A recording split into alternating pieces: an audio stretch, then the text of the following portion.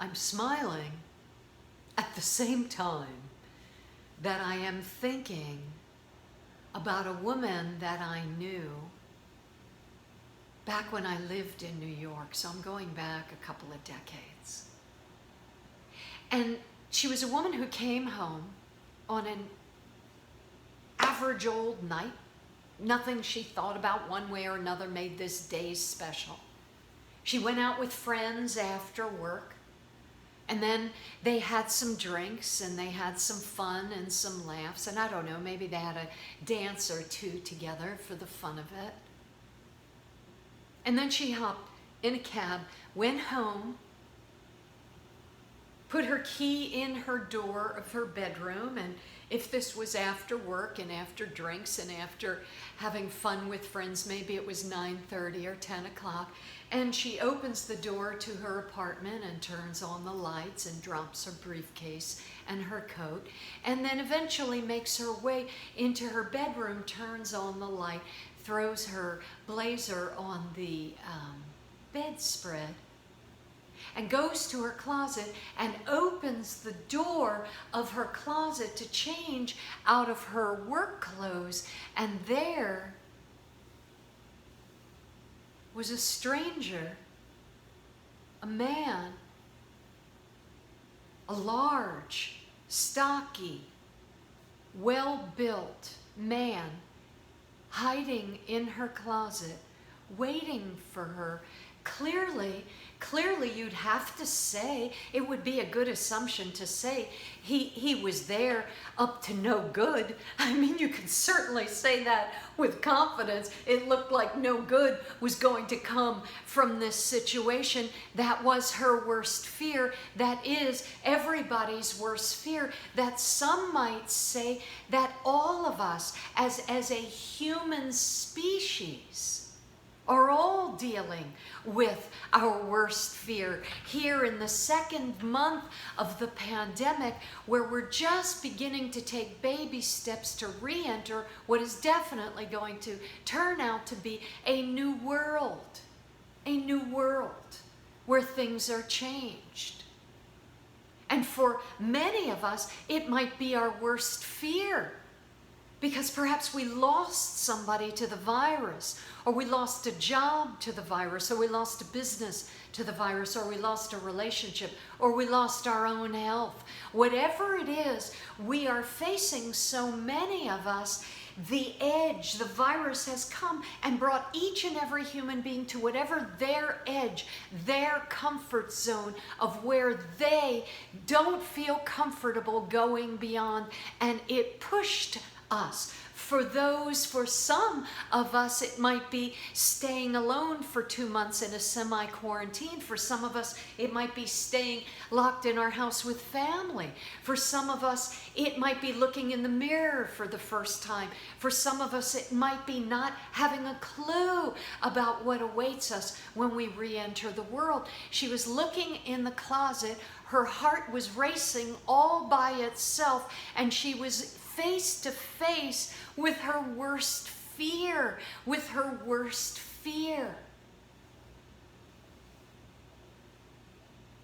Years before, in my early 20s, I was walking down the street with a group of friends, and we passed a used bookstore.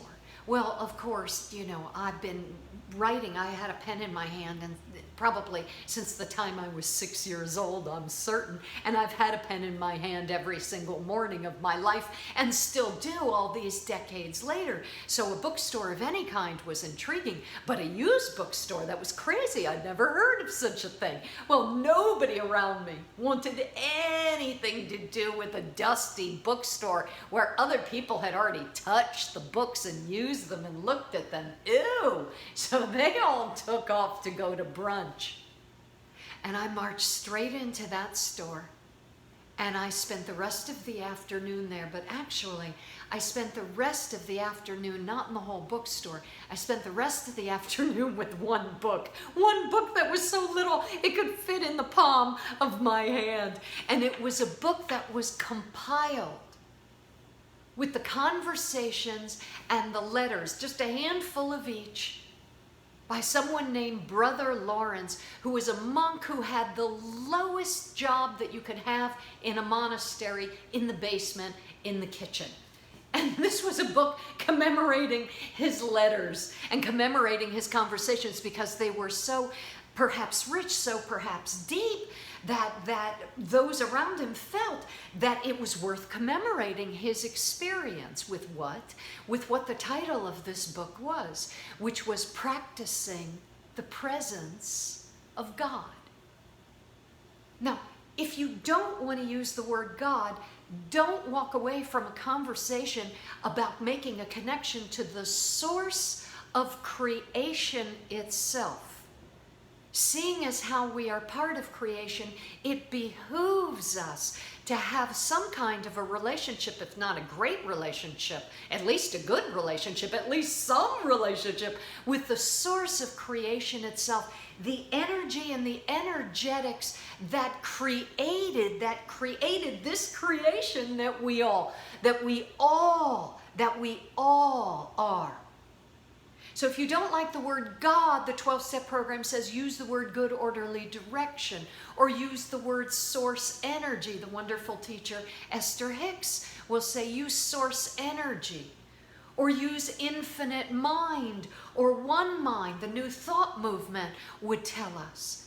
You can take the words that Rumi used about his connection with the source of life that he called my beloved, that Jesus called Abba, which is even more than Father. It's an endearment for Father. It's a cozy, warm title for Father, like kitten would be for your daughter. It's a loving, close, and intimate language that people are using when they begin to have a relationship with the source of life. So don't let a silly word, don't let language get in the way of a relationship.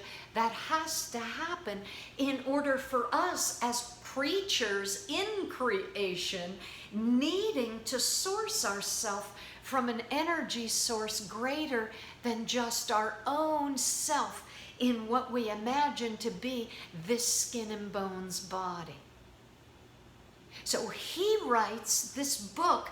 I'd never seen such a little book, and it was done on that old-fashioned onion skin paper, and on every page he spoke about practicing the presence, and here is how I felt it, practicing the presence of the moment, practicing the presence of the living moment, practicing the presence of a living God, practicing the presence of life itself, practicing the presence of this very living breath that we're taking, that is the breath of life itself.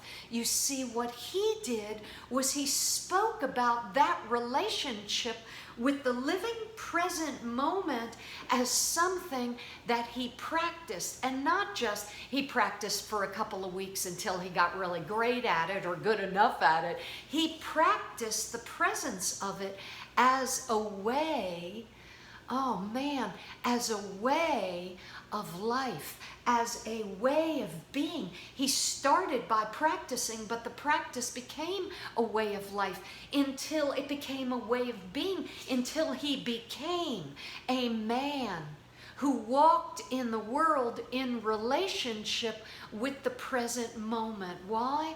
Because in the present moment, there is something always embedded in every present moment, from one to the next, to the next, to the next, to the next. In every present moment is what we would say these days is a download of light, energy, data, information, infinite substance that we become when we let the moment come in and touch us. Not through our head thinking about the moment or intellectualizing about the moment, but in the moment and letting the moment touch us. And not just big moments or little moments, or standing in front of your closet and there's an intruder here to do you harm moments, or COVID-19 moments, but all moments, every single moment is absolutely bursting with absolutely everything we need, just as it is for all creation. And when we turn to the light of the moment, it turns on the light within us. There isn't a single teaching that does not point to our light nature, our illumined nature, turning up the light within us while we're sitting and waiting for life to turn its light up, right? Life is turning to us and saying, turn your life up. But let me read you something. This is from a poem. It's a poem from Rumi, and look what he says. Look what he says. He puts this forth, and it's a question for us. Then he tries to answer. He says, a leaf in the middle of the river. What can it do? What can it do if it gets an urge to go ashore and doze on the bank? What can it do if it gets an urge to go ashore and doze on the bank? This leaf in the middle of the river, maybe it could call out to someone working in a field nearby. Or maybe it could ask for help from a passing boat. We do so much calling out to God, beseeching life to change. And God, life, might think, gosh, I just put you there. God is thinking to the leaf. I just put you there in a miraculous current in the middle of a river in a world that I think is wonderful. I just put you there. I just put you right there where you are. Try to have some fun. Float on your back a while. Relax. Look up at the stars. Relax. Look up at the stars. Relax. Look up at the stars. What is Rumi saying?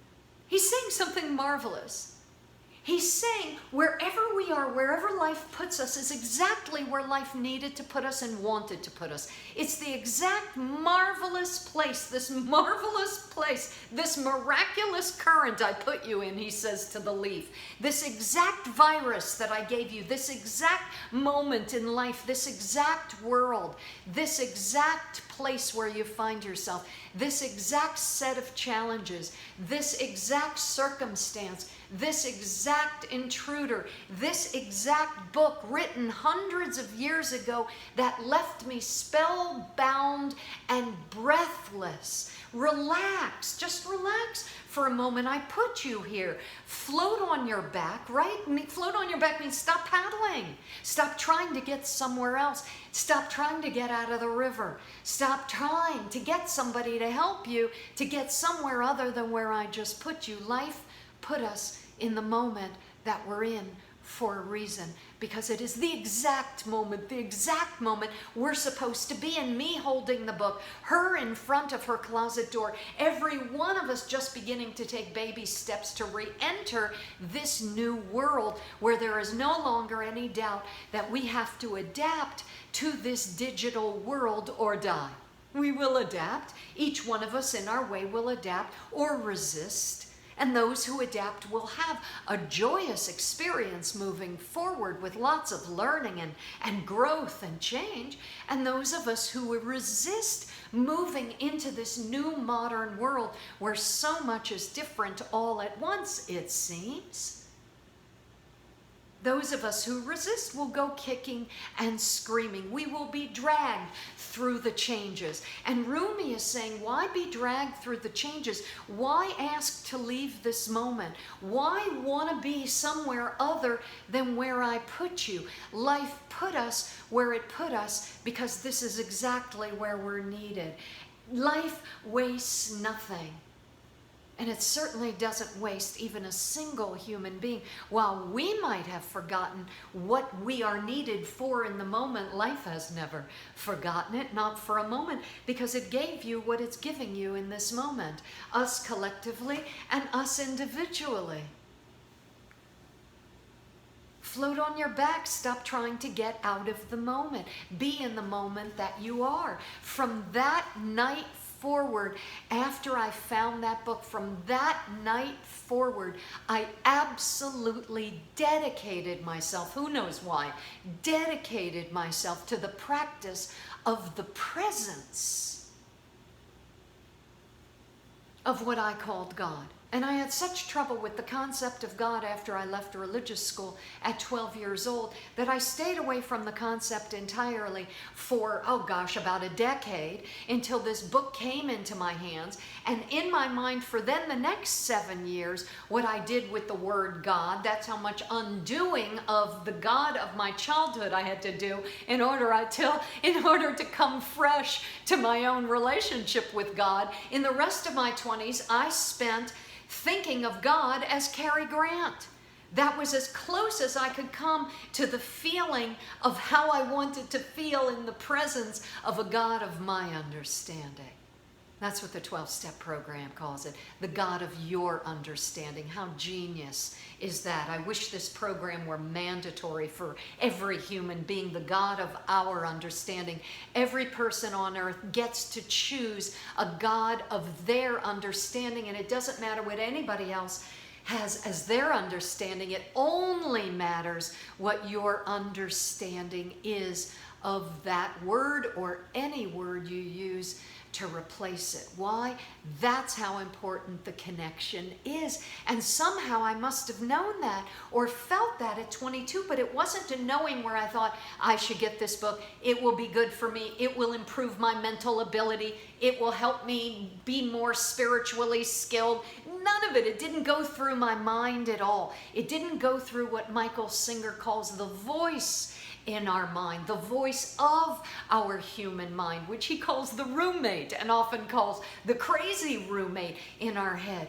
We translate what comes into our life by taking a split second to editorialize and mentalize what we are experiencing, put it through our head so that we can defend ourselves properly for this moment and the next. What we don't know is that when we stop trying to defend ourselves by stepping back from the moment, not letting it touch us for fear of in some way having to defend ourselves against it, and come up with ways to come up on top in the next moment or the moment after that, it's an entirely different approach. The practice of the presence of life, the practice of the presence of the living moment of life simply means you let the moment touch you, and what you are practicing is what Pema Chodron would probably call holding your seat.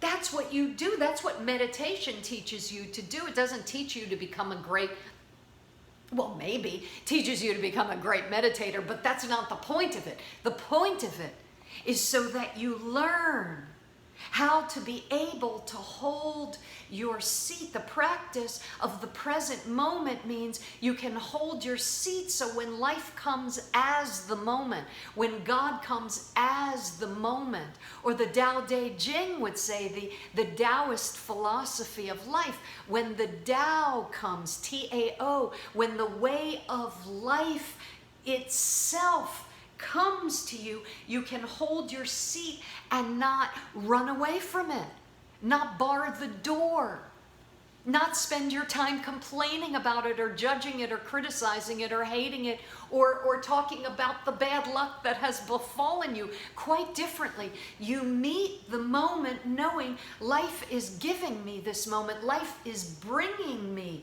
this moment and bringing me to this moment. Why? Because in this moment is the substance, the actual divine substance, the eternal substance, we could say, the infinite substance that has come to move through us so that we may become more of what we already are, but don't know yet that we are because we're not yet connected to it. We are it, but you'd never know it because we can't feel it. And we can't feel it unless we're holding our seat and allowing the moment to touch us, allowing the flow of life to flow through us. That's what happened to me at the bookstore. I couldn't explain why I needed to go into the bookstore. I could have given a bunch of explanations, but the real one was I could not go into the store. I could not pick up the book, and I couldn't not for the next 3 weeks study this book as if there were no other book that I ever held in my hands as valuable as the one I was holding. All I knew was I had to do this practice. All she knew standing in front of her closet is that here was a man who came in some way to do her harm. And the voice inside of her human head, the voice inside of your human head, the roommate inside of our head, which we could call our human mind, our ego mind, the psychologists would call it, our egoic mind, the mind of our human personality that is identified with this body only. The human mind, of course, would completely freak out. The human mind asked me many times over those 3 weeks, what are you doing? Why are you wasting your time with this? There are other things you need to be doing. I had just gotten a new job. I needed to be busy with that. I was leaving a relationship. I needed to be busy with that. I needed to move. I had so many other things to do. The human mind told her, uh-oh, 911, you're screwed. The human mind was telling me, the human mind always tells us, I have a better idea about how you want to do this moment. So get out of this moment by using this moment to get ready, to get better to improve yourself for the next better moment than this one, because this one ain't the real one.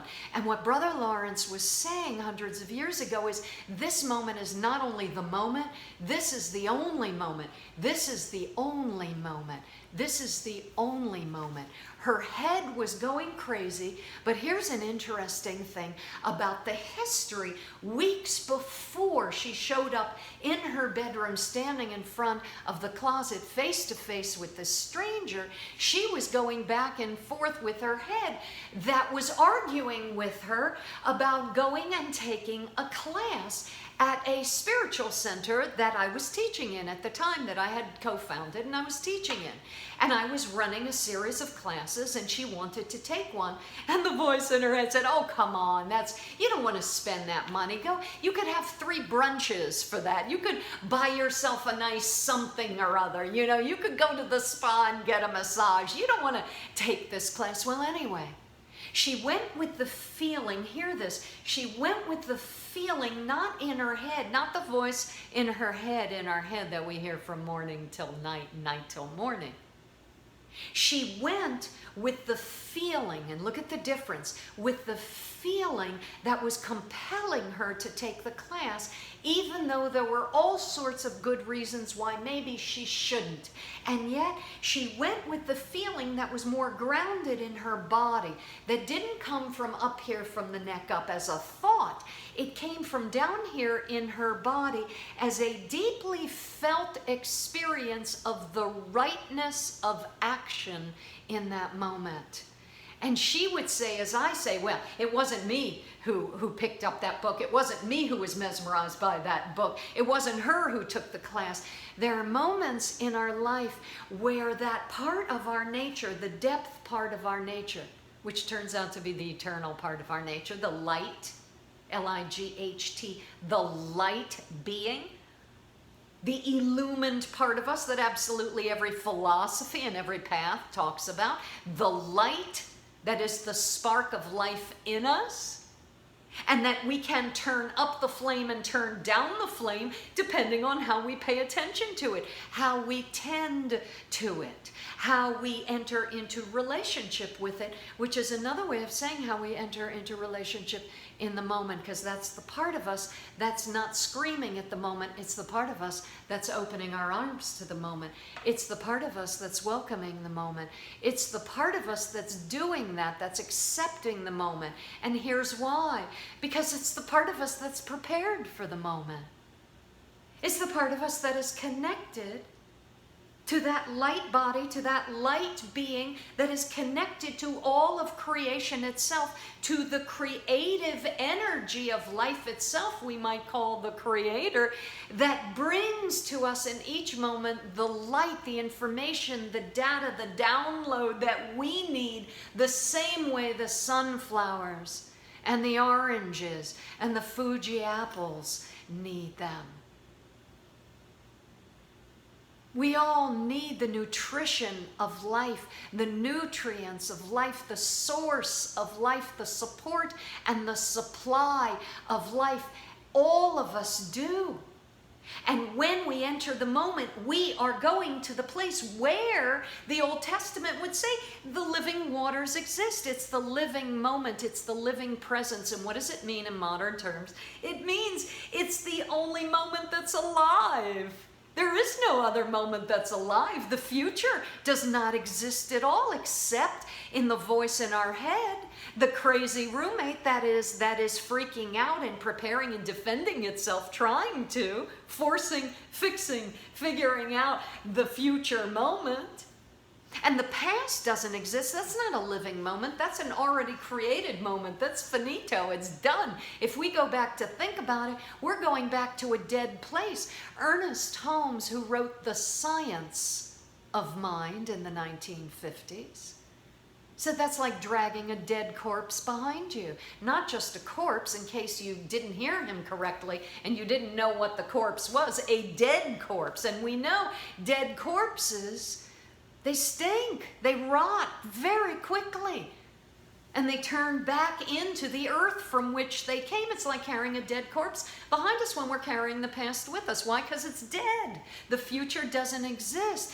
Being present, learning how to be present in the moment means we're going to the fountain of aliveness, to the only moment that is vibrating, that is energy, pulsating and creating anew and fresh in each moment. That's here.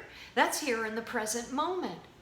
And this woman felt compelled. She just felt compelled from within her by the rightness of the action of taking this class, She had kids. She could have been home serving them dinner for that month. She had a husband. She could have been home being with him, hanging out with him. But this is what she felt she needed to do. And what did we learn in that particular class? In that particular class, we learned about one word, right? Talk about the power of the word. We learned about one word, and I teach about this word often because it is a word that has everything but everything to do with practicing the presence of the moment. And it's kind of exactly like holding your seat, but different in a beautiful way. In the Old Testament, there's a story, and there are many stories in the Old Testament. And regardless of what your belief about the religiosity of any of the books of the world are, don't let that stop you from using them, from taking out of them the beautiful pearls of wisdom that you can use and learn from and apply to your own life so you can experience a transformation in your life. Not to become someone else, but to unleash the infinite potential that you are. And we might hear that and think, well, how ridiculous is that? If you only knew me, you would see I don't have any potential. Yet, I lived in Connecticut that was just surrounded by gardens and 4 acres of trees, giant 100-foot trees that were ours and that belonged also to a preserve further out. And why is that important? Because I have had experience with tens of thousands of acorns and during the 8 years that I lived in Black Rock. Oh my God, buckets and buckets and buckets and buckets and buckets of acorns. And you tell me that an acorn is gonna look in the mirror at itself and imagine for one bloody second that it's ever gonna be an oak tree? Oh, forget about it. It's ridiculous. It doesn't even look like a tree. It's a hard little shell. First of all, how's that thing gonna break open? Because I can't break it open. I have to have a special tool to break the thing open. You can't even imagine that happening. And that's the same with us. There's a specificity to our being here. which is unleashed and expanded and exposed and revealed and discovered and uncovered by us and by life itself in every moment if we show up in the moment. And so there's a story, and it's not even a story, it's a line. It's just a line in the Old Testament where spirit says, spirit, another good word for you, self, another good word for you with a capital S, they would say in the East, as opposed to the egoic self, which has a small s. Spirit, or as the story is written, the Lord called down to Moses. That's what happened. This is the full length of the story. That God called down to Moses, and Moses answered in this certain way.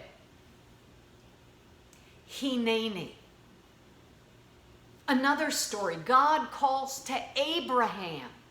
God calls to Abraham, who in the Old Testament is the father of faith, not just a leader as Moses is a leader of men, but a man who is the father of faith. And he answers the exact same way.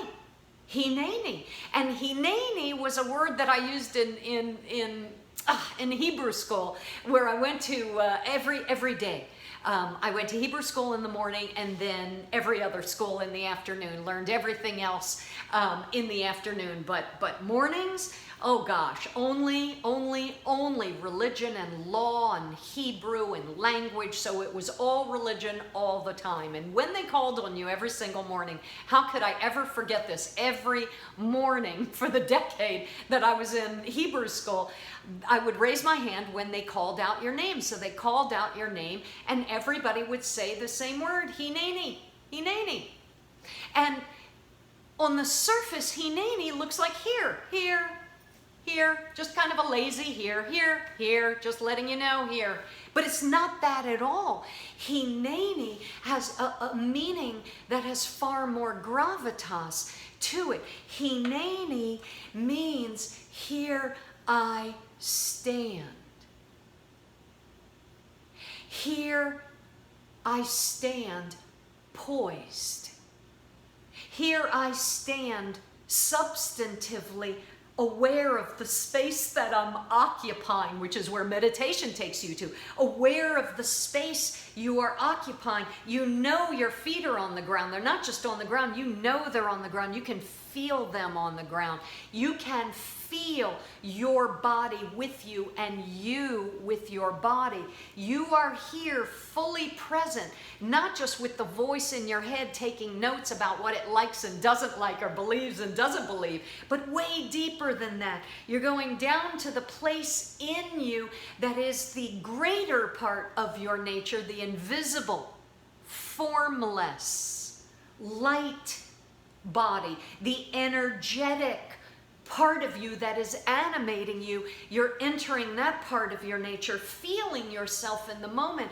And here I stand. Mary Oliver would call that, when she says you go out into the world to look, she's not talking about looking just with your eyes, like what do you see? She says you go out to look as if with your arms open.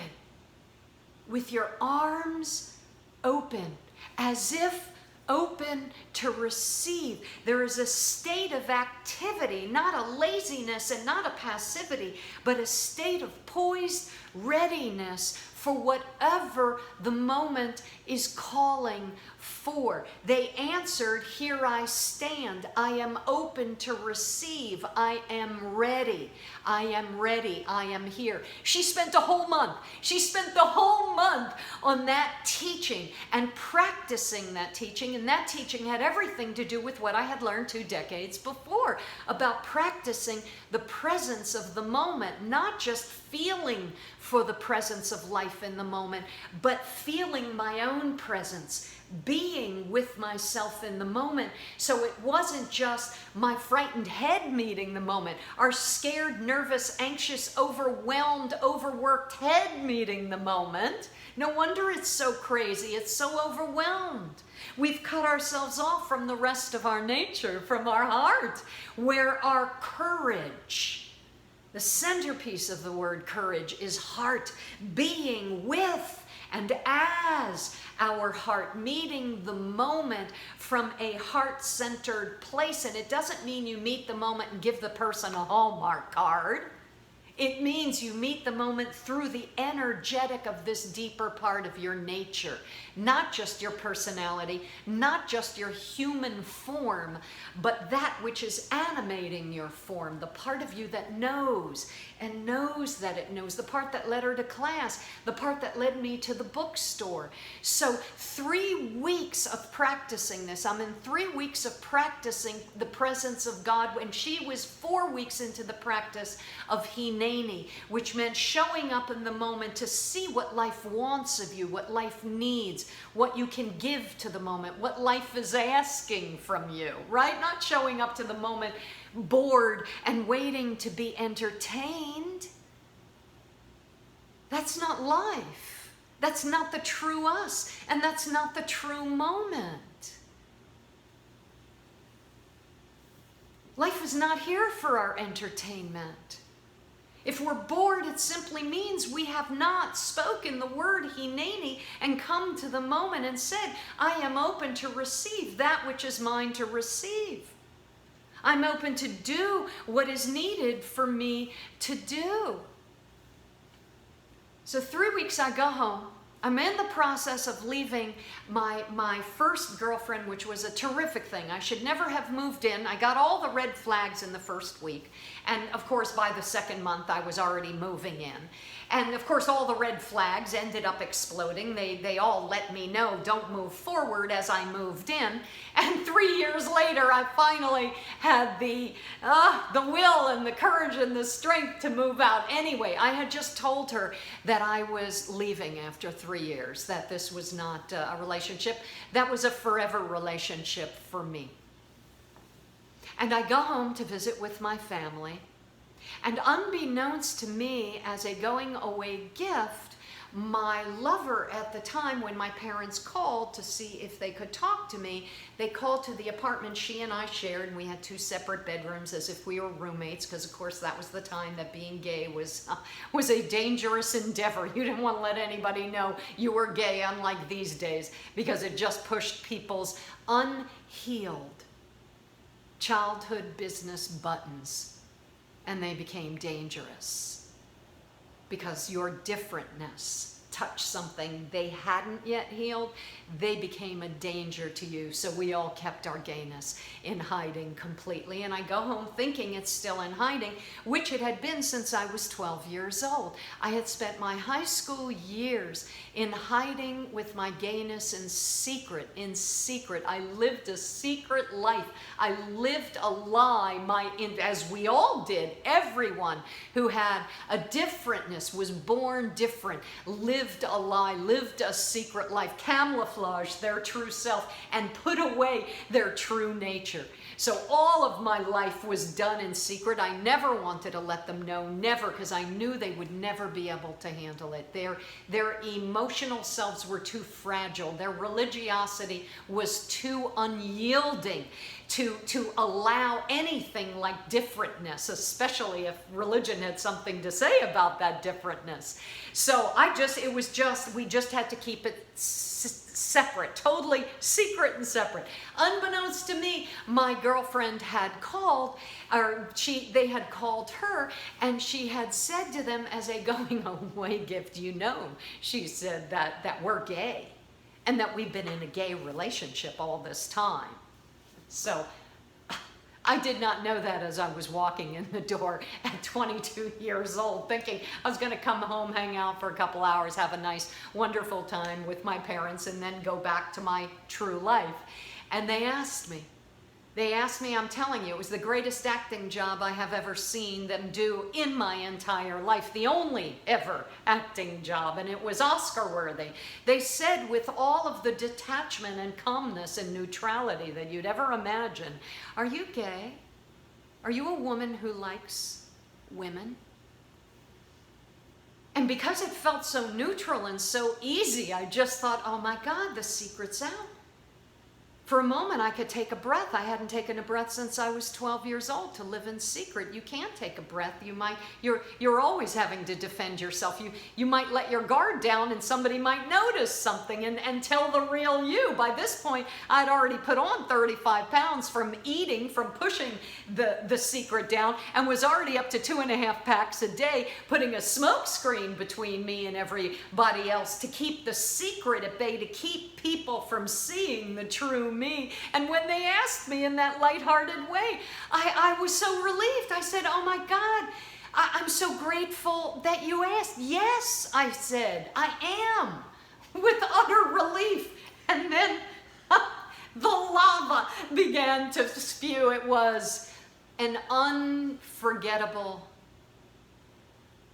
afternoon.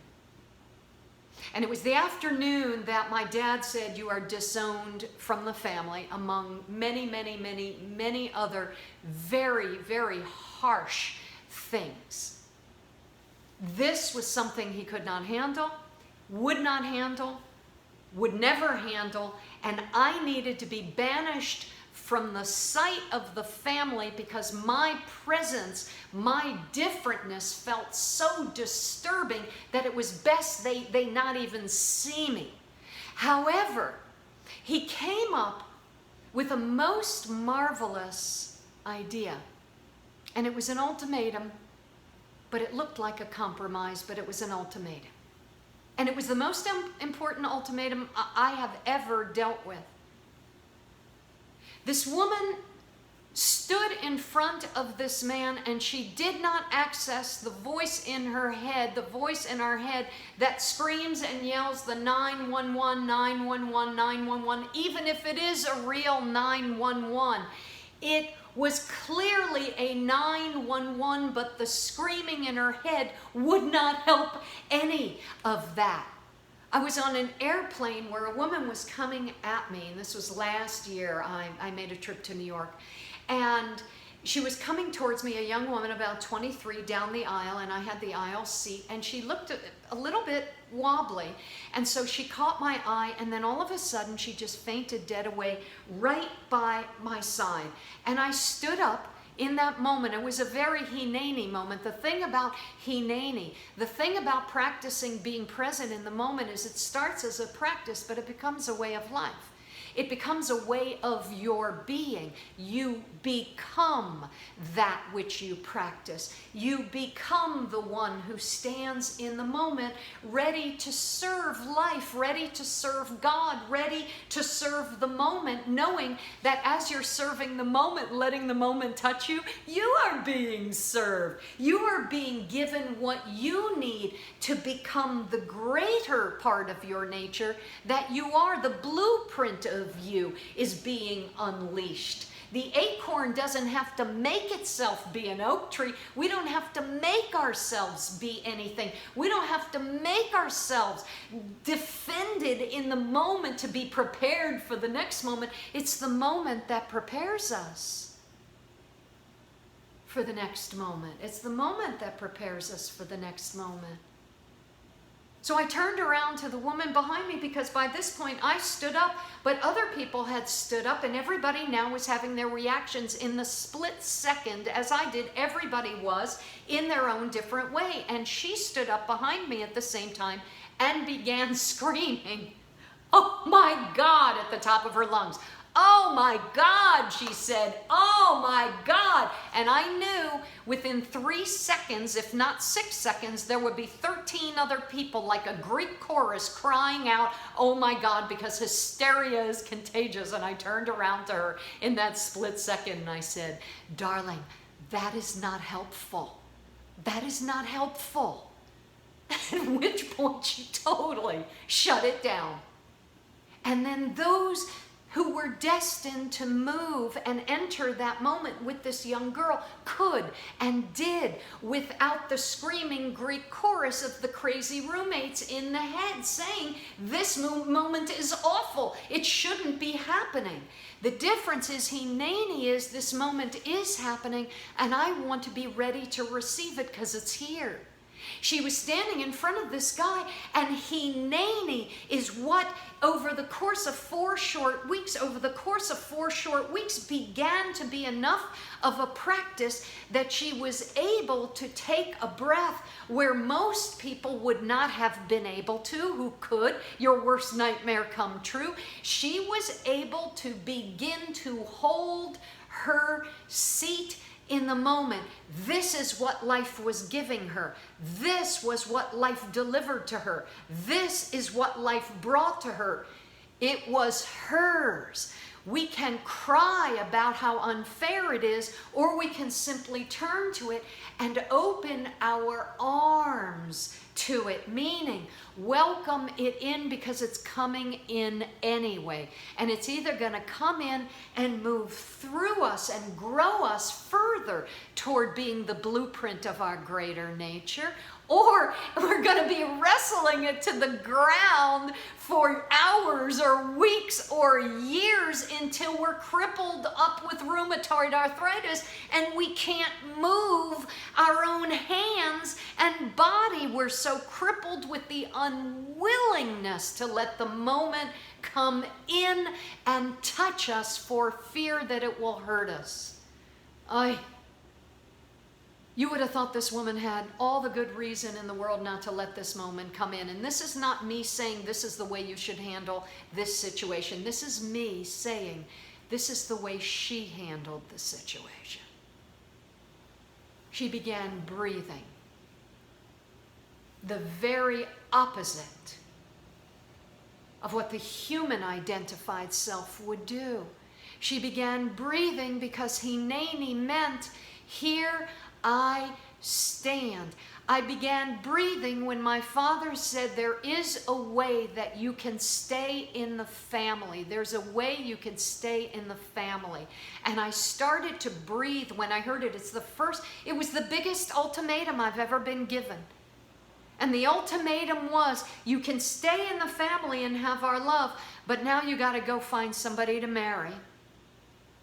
And now you've got to have one child, just have one child so the community can see that everything is kosher the way it should be.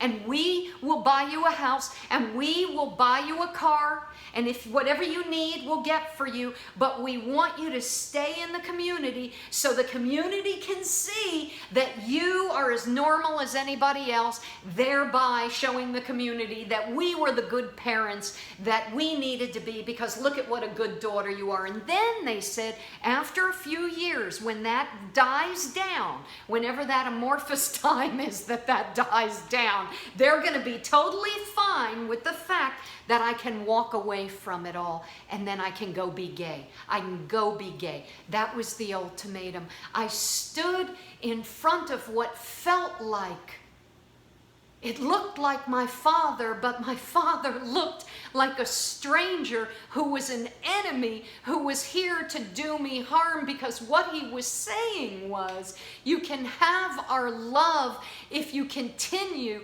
to pretend to be somebody other than who you are, because who you are is just simply too different for us to be able to love you, let alone proud of you, love you, let alone show you off to others, be proud of you.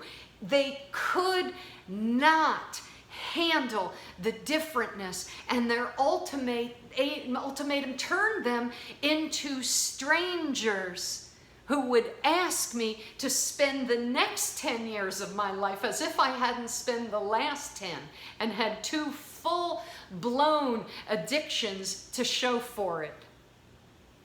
But that I spend another decade in hiding, pretending to be something I'm not, because they can't handle the moment. They can't handle who I am, who life made me to be and presented them to me and me to them to experience. They couldn't handle it. Their love their emotional, mental, spiritual, psychological health couldn't handle it, and they gave me this ultimatum. And my dad, if you knew my dad, he was a serious guy. This was not a joke. It was not up for conversation, and it was not a compromise. She is standing in front of the closet breathing, and she's breathing all the way down into her body, and then she says, much to her own calm, certain, not surprised self, she says, come, sit with me. And come sit with me in a bedroom meant come sit with me on the edge of the bed. She was asking this guy to come sit with her on the edge of the bed. And who was asking him? We know it wasn't the thought in her mind, the oh my God, the woman behind me screaming, oh my God. Because when you're screaming, oh my God, you are not effective in the moment. You can't respond to the moment. Your response to the moment is your response. And what you're saying to life is, I'm too hysterical. Call somebody else. I can't deal with this. Push this away. Get this out of here. It's too much. And when we do that, life has given us something, and now we can't address what it has given us. We can't. And I stood there in that moment, and I was breathing. I was practicing the presence. I was knowing that this present moment was mine. It wasn't wrong. It wasn't somebody else's. It wasn't unfair. It wasn't horrible. I could think those things later, but in that moment, I went with the practice of the presence of the moment, which allowed me, which allowed us, which allowed her to be able to know what you need to do in the moment. You are utterly prepared in the moment once you've practiced being in the moment. See, we don't know that in the moment we are prepared for the next moment. And in the next moment, we are prepared for that moment. And the one after that, we are prepared for that. I didn't know 3 weeks ago when I went into the bookstore that I was being prepared for a moment that was to come 3 weeks later. She didn't know that when she came into my class 4 weeks later, she was being prepared for a moment she didn't even know was coming. We can't defend ourselves against life in each moment because it's not our job to do. We're going to do a terrible job of it, and it's going to overwhelm us, and we're going to dwell on the negativity in the future and freak ourselves out. Rather, we can begin the practice, the presence, to practice the presence of the moment. Come to the present moment. Breathe into the present moment. Let yourself stand in the present moment. Let yourself be there in the present moment. Let the present moment touch you. She let the energy of this man touch her, and it allowed her organically, naturally, safely to be able to know what the moment needed. And what the moment needed was a woman who had ears to hear, because this man's pain was what she sensed had driven him to this room. Now, the pain that somebody feels is always what drives them to take an action of harm to themselves and others. But she felt his pain. It was not a theoretical, conceptual pain. She was breathing, which meant she was in her body, which meant she was connected to her heart, which meant she was feeling the moment, which meant she was being given the light, the wisdom, the energy, the substance, the data, the download, whatever you want to call it. She was given whatever she needed to be right there in that moment with this man in this way. Not screaming, oh my God, and not to say that's the wrong thing to do. This is her story. She was in that moment responding to this man's pain, and for the next 40 minutes, she spoke to him. Not as an intruder, as a man in great pain. Pain that had led him to do this thing. She spoke to him like a man. I'm standing in the kitchen, and I am breathing, and I am in the moment, and I have just been given like a Sophie's Choice moment. I either get the love of my parents, who I loved, who I sacrificed my high school years to protect them from knowing who I was, also to save myself from being disowned, because I certainly knew that would be the inevitable result, as it turned out to be. I knew it. Of course I knew it. If you knew my parents, you too would know it. I'm standing in that untenable moment where I am being asked to make a choice for loving my parents and receiving their love, and they were everything to me. They were everything to me. I was 22. I was still part of a very intimate, small, and close-knit family. Or I could go into hiding and live a lie and live a secret and turn away from loving my own self in order to get their love. Loving myself or getting their love. And I have to tell you, if it hadn't been 3 weeks before, just 3 weeks, just 21 days before, I would never have guessed that I would have been able to stand in that moment, and feel utterly prepared to do the thing that I knew I had to do to save the life, Mary Oliver would say, to save the only life that you can save. That was my iconic moment. I had to save the only life that I could save, and that was my own. I knew for a fact if I already had 2 addictions raging because of the way in which I put my authentic self, my authentic oak tree in hiding, my gay oak tree in hiding, my spiritual oak tree in hiding, because my spirituality was nothing like the religion of my childhood. If I put that oak tree into hiding on top of 2 addictions I already had, I knew in a decade I wouldn't make it out alive. One way or another, I wouldn't have the will anymore to do it. I wouldn't be able to climb out of the hole of lies and self-loathing and self-hatred and self-separation. And in that moment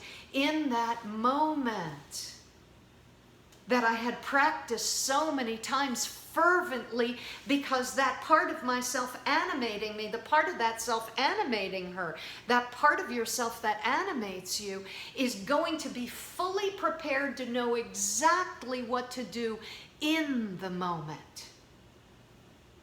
Because the moment prepares you for that which comes in the moment and the next. That's the most beautiful thing you need to hear about today. We are utterly prepared for the moment. And I was prepared to choose to save the only life I could save that was mine. I was prepared to do something I had never done before, which then was going to alter the amazing course of my life. I chose my love instead of the love of anybody else who asked me to be less than I was and turned down my light so low that nobody could see the real me. That was a choice that before 3 weeks ago, I would have definitely had made. Oh, there is no doubt I would have made that. Another decade in hiding? Look, you only have parents once, and my parents suffered through Europe, and all of their families were killed, and I'd have a good pile of evidence why choosing loving them was more important than loving me and not betraying my own love, even if they did. After the 40 minutes, she stood up, and he stood up, and she led him to her door, and they parted. Now, please know afterwards, oh my God, there was tons of shivering and shaking, and her body had all the reactions that a human body naturally and organically has. But the Tao Te Ching, the Taoist philosophy of life, will tell you that you can walk through the world without danger. This is what it means. It doesn't mean that you won't encounter danger. It means you will enter a relationship with the moment in which danger is going to turn into something else. It is going to turn into the agent of change for your transformation and your oak tree's revelation. It is going to expand us and grow us. It is going to call forth our greater nature all by itself, and we will begin to become, from meeting each living moment by being present in it, we will become that which life created us to be, that it needs us to be in each moment, for ourselves, for the collective, and for all creation.